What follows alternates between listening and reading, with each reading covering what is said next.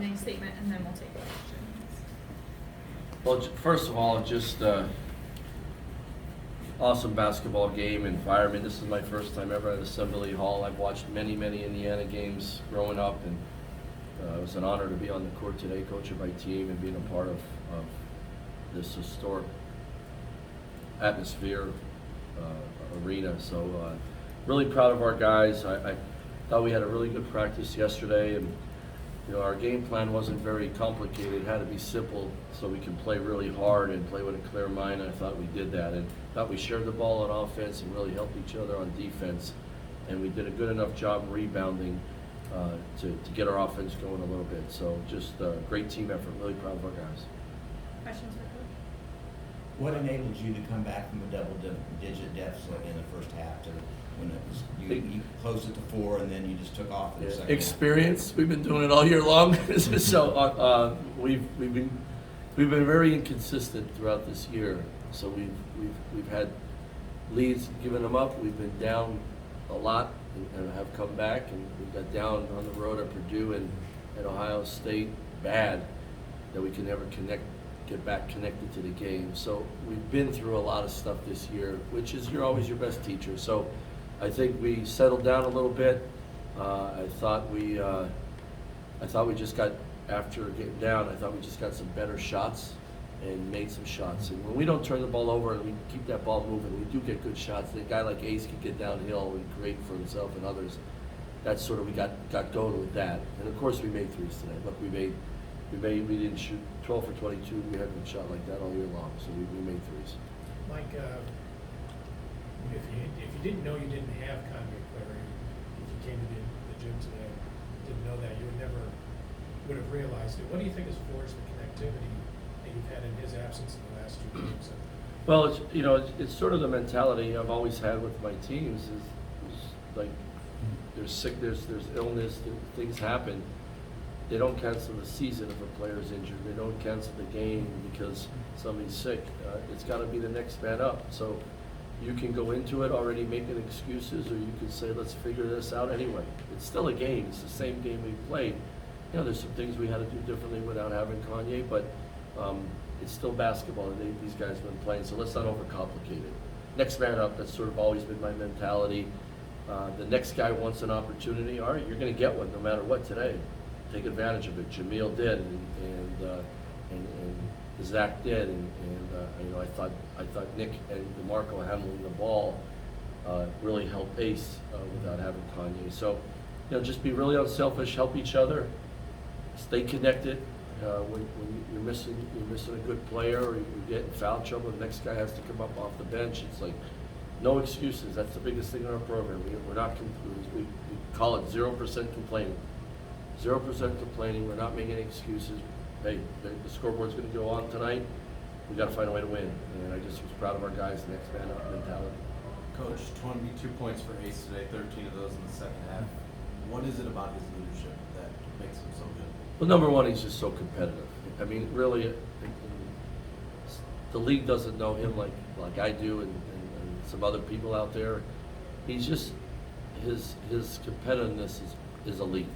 Shooting drill, heck, playing ping pong, whatever it may be, it's elite. He wants to win more than anything. He would play today and not score a point or take a shot if he knew his team would win.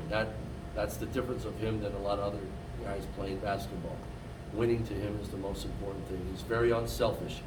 I always say he's a selfish winner, but he's an unselfish player. And I think that carries over. And he gives guys confidence because he's so tough. And it gives Zach and DeMarco and other guys confidence.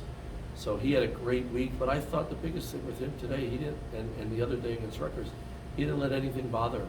He didn't get frustrated. He had a clear mind the whole time. And when you're a vet and you've played a lot of games and you have a clear mind, you usually play well. Or you're in the game to figure it out, and he did that.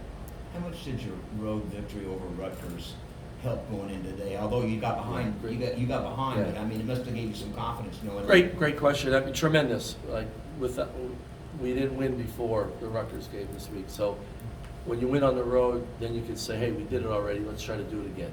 And so without a doubt, and because not having Kanye, it gave other guys more time on Wednesday night as well at Rutgers on the road. So that helped to get experience-wise coming in here today. So, you know, all those things are good lessons and experience. Experience is your greatest teacher, and so it allowed these guys to understand, all right, I got my work cut out for me to come in here, but I did it the other day.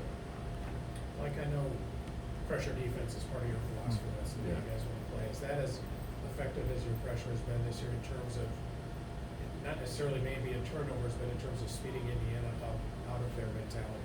Yeah, so we might not always turn people over or good players over, or good teams over, but you're changing their plan of attack. You're changing their rhythm.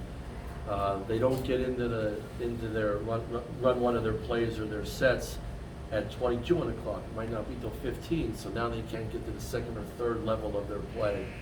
They might not get it smooth into an entry on the side, or blow up a play, and they got to reset it. Like all that stuff, we talk about that being a cumulative effect with our defense.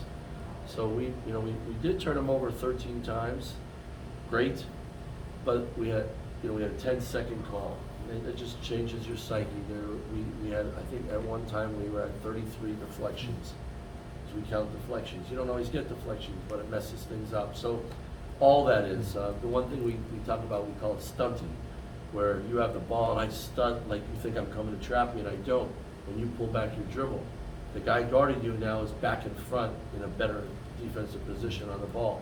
All that stuff adds up. It's all cumulative, and then the ball gets sailed sometimes, or you take a bad shot out of it, or you get sped up, or you're running the ball down from behind. So I could go on, and we work on all of it because there's just different ways to press teams to get them out of kilter.